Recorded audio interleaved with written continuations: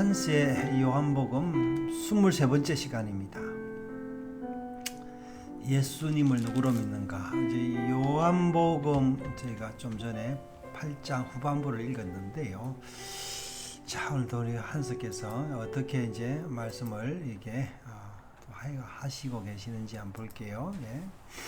성경은 인생을 향한 질문과 해답을 동시에 제공하고 있다. 가장 핵심적인 질문은 인간이 속한 원래의 나라는 어디이며 그 나라의 왕은 누구인가이다. 이 해답이 바로 하나님의 천지창조이고 하나님께서 친히 그의 생기를 흙으로 만든 사람에게 불어넣어 사람이 산 존재가 되게 한 것이다. 그리고 아담의 갈비뼈에서 여자를 만드심으로 하나님의 구속 사역을 안전히 나타내셨다. 이 속에는 그리스도와 교회의 비밀이 숨어 있기 때문이다. 그리스도와 교회의 비밀이 창세기에 숨어 있고 이 비밀의 열림이 신약에 증거되고 있다. 이번 요한복음 본문에서는 예수님이 자신을 가리키는 1인칭 대명사인 내가, 나는 이라는 말을 유난히 많이 사용하고 있다. 특히 24절과 28절에 나타나는 내가 그 헬라어 에고 에이미라는 표현은 이 본문의 모든 대화를 관통하는 핵심 중의 핵심이다.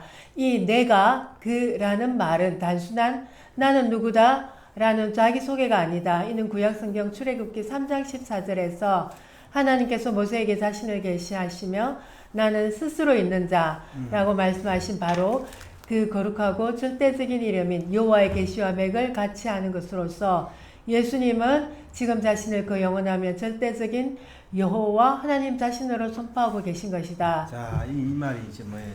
나는 스스로 있는 자다. 이 말이 아까 신약식으로 말하자면은 에고 에미, 나는 그다. 이런 이야기죠. 예. 예수님은 자신이 바로 하나님의 현현으로서 육신을 입고 이 땅에 오신 창조주 하나님이시며 구약의 언약을 성취하실 메시아이심을 드러내고 계신 것이다. 따라서 24절 말씀은 모든 인류에게 주어지는 피할 수 없는 질문으로서 과연 너는 내가 그 하나님이자 메시아임을 믿느냐라는 것이다. 우리의 죄는 예수님을 믿지 않는 데서 시작되며 예수님을 믿을 때 비로소 우리는 죄와 사망의 권세에서 벗어나 생명을 얻게 된다. 이것이 바로 우리가 붙들어야 할 구원의 유일한 길이라는 것이다. 자, 우리가 예수 믿으면 구원 받잖아요. 그 예수를 뭘 믿어야 돼? 예수님이 있었다라는 걸 믿어야 되는 거예요? 그럼 예수님 믿는다라고 말하면 되는 거예요? 예수님을 믿는다라는 건 뭐예요? 예수님이 나의 주다. 아버지다, 주인이다. 그래서 그 주인이 뭘 했냐? 내가 주인과 관계가 있어야 될 거 아니에요. 그 관계가 있는 게 뭐예요? 그분이 나의 죄를 위하여 나의 아버지로서 내 죄를 담당하셨다. 이걸 믿는 거죠. 네. 그러나 예수님의 이러한 명확한 자기 계시에도 불구하고 당시 유대인들의 반응은 어땠는가? 참으로 비극적이며 놀라운 것은 마음이 상하고 노동에 시달려 모세의 말을 듣지 않았고 하나님, 이 구약에서 이야기네요. 하나님의 이름을 듣고도 그 이름의 능력과 의미를 믿지 못했던 구약시대 이스라엘의 모습과 너무나 닮아 있다는 것이다. 불신의 모습은 뭐 그때나 지금이나 신약 시대나 모세 시대나 거의 같은 양상으로 나타나고 아마 지금이 있습니다. 더 할 것 같은데요. 아니, 이거 뭐 똑같아요. 같은 그럴까요? 사람이니까. 예. 예수님께서 자신의 신적 기원을 밝히며 믿지 못하는 백성들에게 자신이 가는 곳으로 오지 못할 것이라는 예수님의 영적인 말씀을 듣고는 유대인들은 그가 자결하려는가? 라며 극단적인 말로 예수님을 조롱하고 비하하였다. 네, 그렇죠. 예. 예수님을 자살자로 몰아감으로써 그분의 권위를 철저히 훼손하고 모든 가르침을 무력화하려는 악의적인 의도가 담겨 있었다.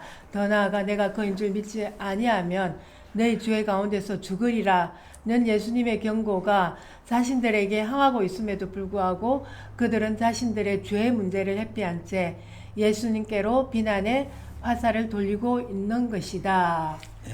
그러나 예수님께서는 자기 자신을 더욱더 선명히 계시하심으로 무지와 불신으로 인해 예수님이 어떤 분이신지 전혀 깨닫지 못하는 유대인들의 비극적인 현실을 더욱 선명하게 대비시키고 있다. 그럼에도 유대인들은 광야 이스라엘의 목이 곧은 백성들처럼 무지와 불신에 빠져 있었다. 성경의 구원 언약 계시는 모든 사람에게 열려 있지만 모든 사람이 다 듣고 믿는 것이 아니다.